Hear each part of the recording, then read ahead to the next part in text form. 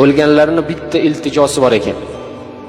Ey Allohim, bir daqiqa bo'lsa ham tiriltirib qo'y derkan. Alloh aytar ekan, nimaga?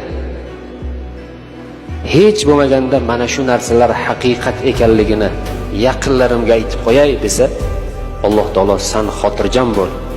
Men ularga aytib qo'yganman.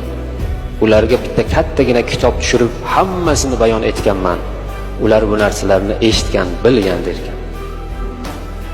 Haqiqatda bilyapmiz, eshitganmiz, lekin amalimiz kam. Haqiqatda Alloh taoloni yakka yagona deb kalima keltirganmiz, lekin amallarimiz bunga xilof azizlar. Hali ham qabristonlarga borib topinyapmiz. Chekkasida aylanyapmiz. Qabristonlarga borib qo'ylar so'yyapmiz. Bu shirk-ku bu.